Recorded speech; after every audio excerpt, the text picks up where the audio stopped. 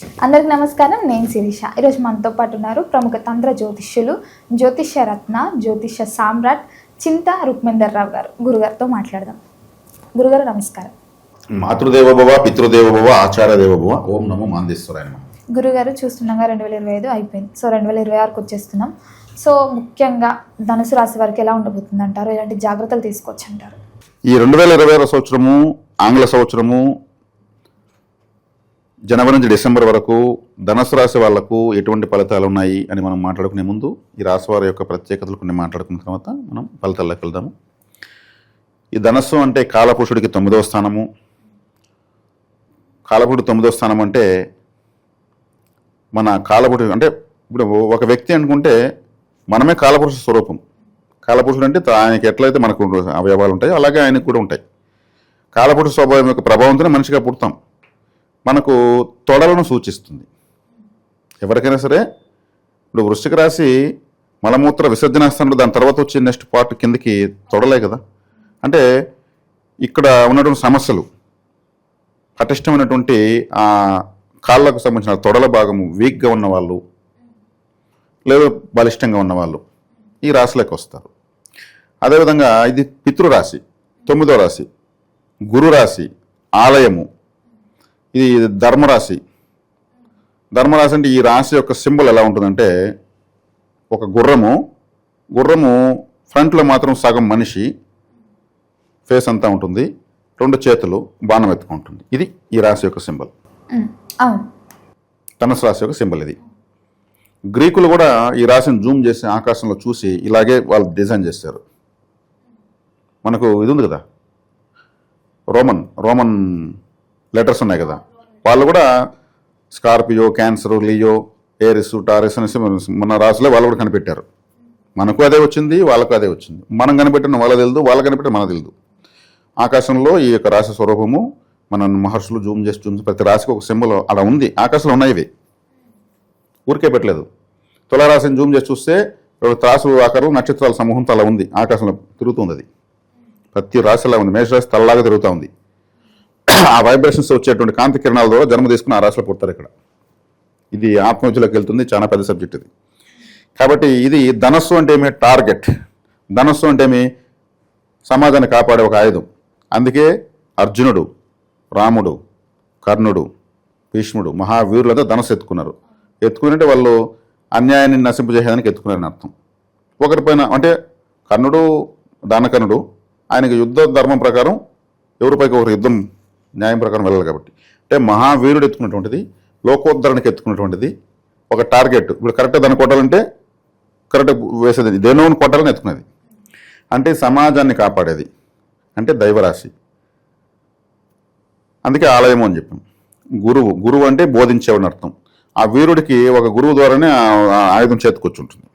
గురువు లేకుండా అర్జునుడు అన్నాడు. ఆ ద్రోణాచార్యుడికి విద్య నేర్పించింది కూడా పరశురాముడు, కర్ణుడికి విద్య నేర్పించింది పరశురాముడు, భీష్ముడికి విద్య నేర్పించింది పరశురాముడు. మరి పరశురాముడికి ఎవరు నేర్పించాడు? పరమేశ్వరుడు నేర్పించాడు. అందుకే పరశురాముడు శివారాధన చేస్తాడు. శివుడు కూడా శివధనస్సును ఒకటి జనక మహారాజుకి ఇచ్చాడు, దాన్ని రాముడు ఎక్కిపెట్టాడు. ఈ ధనస్సుకు ఎంత చరిత్ర ఉందంటే అంత చరిత్ర ఉంది. అదే ఈ ధనుసు రాశి. కాబట్టి ఈ రాశి అనేది దైవరాశి, దైవబలం సూచించేటువంటి రాశి, గురుబలాన్ని సూచించే రాశి. అందుకే గురు సమానులకు వీళ్ళు సేవ చేయాలి. గురువు ఎవరు? తల్లి, తండ్రి, మేనమామ, మేనత్త, మనకు చదువు చెప్పించిన వాళ్ళు, వీళ్ళంతా గురు సమానులు అంటారు. వాళ్ళకి సేవ చేస్తుంటే రాశి యాక్టివేట్ అవుతూ ఉంటుంది. అదే ఈ రాశి ఒక టార్గెట్ పెట్టుకుని పనిచేస్తుంటారు కొంతమంది.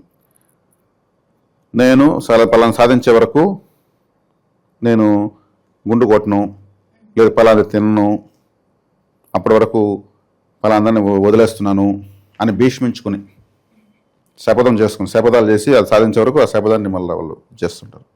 అంటే ఒక ఛాలెంజ్ చేస్తారు. అప్పుడే విద్యలు వస్తాయి. కొన్ని నేను పలానా తిన్నంటే నాలుగు పనిష్మెంట్ ఇస్తారు, నేను పలాన్ని టచ్ చేయను అని. ఆ శపథాలు రాసిది దైవ శపథం అంటారు కదా, దేవుడు ముందు ప్రమాణం చేస్తారు కదా, ఇవన్నీ కూడా ఈ రాశిలోకి వస్తాయి. చాలా అవసరమైన రాశి. తండ్రిని సూచిస్తుంది. ఈ రాశిలో పుట్టిన వాళ్ళు తండ్రి రోల్ మోడల్. వాళ్ళ లైఫ్లో మా నాన్న అలా చెప్పాడు, మా నాన్న ఇలా చెప్పాడు, మా నాన్నే గొప్పవాడని వాళ్ళ నాన్నే భజిస్తూ ఉంటారు. ప్రతి ఒక్కదాని వాళ్ళ నాన్న రోల్ మోడల్ పెడతా వీళ్ళ నాన్న పెద్ద పుడింగ్ అని చెప్తూ ఉంటారు అనుకుంటూ ఉంటారు వాళ్ళు. వాళ్ళ నాన్న అన్ని చూపించుంటాడు చిన్నప్పుడు, అలా సాకుంటాడు. నాన్న ఇది జాగ్రత్త గురువులాగా వాళ్ళని లాక్కొచ్చుంటాడు. ఇది ఈ రాశి యొక్క ప్రత్యేకమైనటువంటి స్పెషల్ సమాచారం. ఇది రాశి ఫలితాలకు మాస ఫలితాలకు సంబంధం లేదు. ఇక ఈ రాశికి ఈ సంవత్సరం ఎలా ఉంది అని తీసుకుంటే 4వ ఇంట్లో శని, అర్ధాష్టమ శని అంత పాజిటివ్గా లేదు. 7వ ఇంట్లో గురువు ఉన్నాడు, అది పాజిటివ్. 3వ ఇంట్లో సప్తగ్రహ కూటమి, ఇది బాగుంది. 3వ ఇంట్లో అన్ని గ్రహాలు కావడం అంటే చేసే ప్రయత్నాలు సక్సెస్ అవుతాయి. ధైర్య వీర్య విజయస్థానం అంటారు 3వ స్థానాన్ని. కాబట్టి ఇప్పుడు వీర్యశక్తి అంటే బలము అని అర్థం. కాబట్టి ఆ స్థానంలో 7 గ్రహాలు కంజక్ట్ అవుతున్నాయి. కాబట్టి వీళ్ళు చేసే ప్రయత్నాలు సక్సెస్ అవుతాయి. వీళ్ళు అసలే ధనుసు రాశి, ప్రయత్నాలు టార్గెట్లు వీళ్ళు మంచి వాళ్ళు లేరు. కాబట్టి కాలసర్ప దోషం ఒకటి ఏర్పడుతూ ఉంది, అది కొంచెం ఎఫెక్ట్ ఉంటుంది. అర్ధాష్టమశని కొంత ఎఫెక్ట్ ఉంటుంది. కాలసర్ప దోషానికి గరుడారాధన చేయాలి. వీళ్ళు మాస ఫలితాలు సంవత్సర ఫలితాలకు సంబంధం లేకుండా వీళ్ళు చేయాల్సినటువంటి ఆరాధన సూర్య నమస్కారాలు, పితృపరిహారాలు కంపల్సరీ చేయాలి.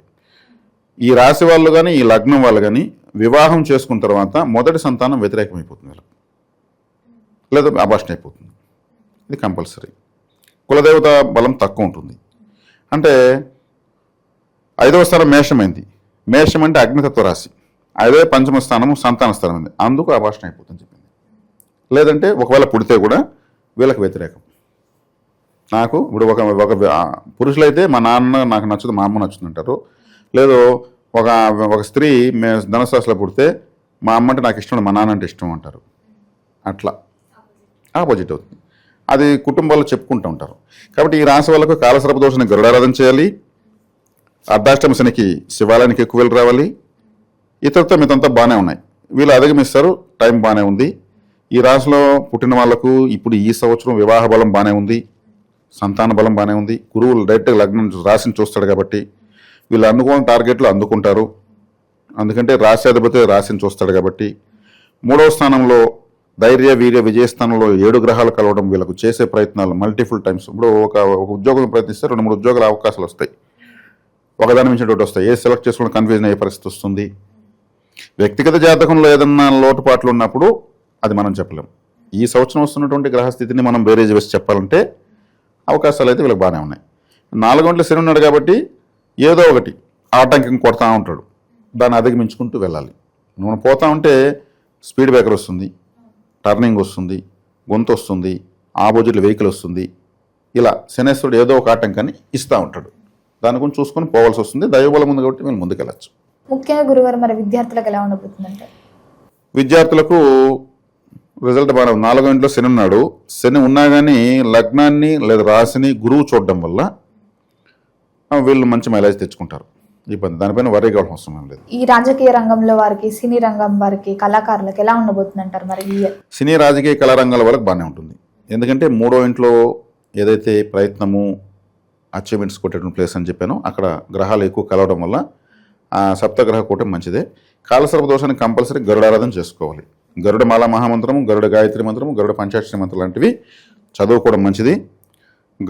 గరుడ సింబల్ నుండి రింగ్స్ వేసుకోవచ్చు, డాలర్స్ వేసుకోవచ్చు, టాటూ వేసుకోవచ్చు. ఇంట్లో పెద్ద గద్ద ఫోటో కూడా వాల్ పోస్టర్గా అతికించుకోవచ్చు.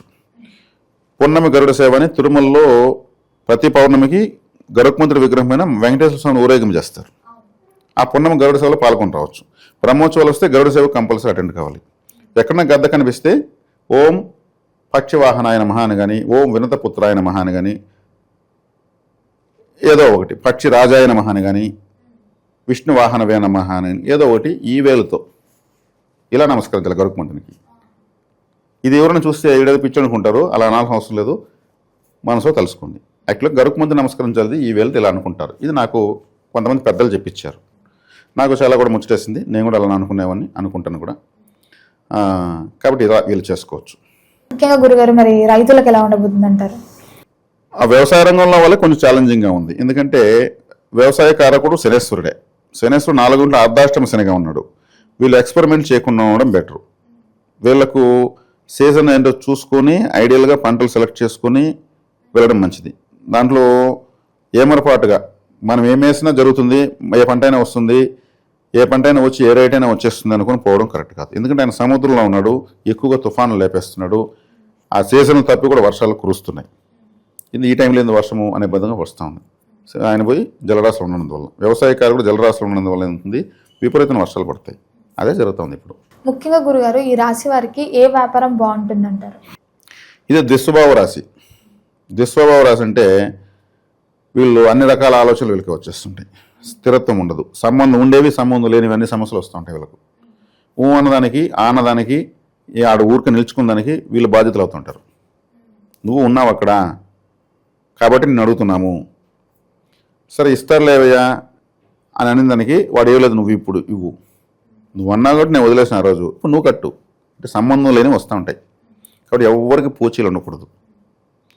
కాబట్టి ఇటువంటి వాటిలో తలదూర్చకుండా వీళ్ళు ఏదో టార్గెట్ ఓరియంటెడ్గా, ధనస్సు అంటే టార్గెట్ అని చెప్పాను, వీళ్ళు ఒక లక్ష్యం ఎంచుకొని కొన్ని రకాల సిస్టమ్స్ వీళ్ళే క్రియేట్ చేసుకొని, ఇప్పుడు అర్జునుడు పాశుపదాస్త్రాన్ని సాధించాడు. ఆయన ఒక అడవిలోకి వెళ్ళి ఒక చెట్టు మీద కూర్చొని ఇంద్రకీలాద్రి విజయవాడ దగ్గర పరమేశ్వరుని కొన్ని తపస్సు చేశాడు. అంత ప్రపంచాన్ని మర్చిపోయి కూర్చున్నాడు. అక్కడ కూర్చొని తపస్సు చేశాడు. అప్పుడు వచ్చింది పాశుపదాస్త్రం, చేతికి వచ్చింది. శివుడు ఊరికే ఫోన్ చేస్తే రాలేదు. కాబట్టి వీళ్ళు కూడా ఒక టార్గెట్ ఎంచుకొని నియమ నిబంధనలు వీళ్ళకంటే ఒక చట్టంలో బిగించుకొని అంటే ఆ విధమైనటువంటి పద్ధతులు ఆలోచించుకొని పోవడం వల్ల వీళ్ళు సేఫ్, ఏమైనా సాధించేస్తారు. అసాధ్యం ఏది లేదు. లేదనుకుంటే వీళ్ళు బలైపోతారు సమాజానికి.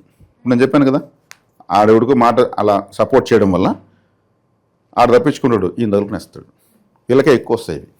అలాగే గురుగారు మరి గృహయోగం వాహన యోగం ఉందంటారా? గృహ వాహన యోగాలు ఉన్నాయి.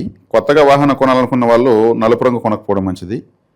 బ్లూ రిలేటెడ్, బ్లాక్ రిలేటెడ్ కొనకపోవడం మంచిది. అలాంటి వాహనాలు ఇప్పుడు కొనకూడదు. ఎందుకంటే వాహన స్థానంలో శని ఉన్నాడు. శని బ్లూ కలర్, బ్లాక్ కలర్ సూచిస్తాడు. కాబట్టి తేకపోవడం మంచిది. శనివారం కొనకపోవడం మంచిది. శని నక్షత్రాలు పుష్యమి, అనురాధ, జ్యేష్ఠ నక్షత్రాలు, పుష్యమి, అనురాధ, ఉత్తరాభాద్ర నక్షత్రాలు కొనకపోవడం మంచిది.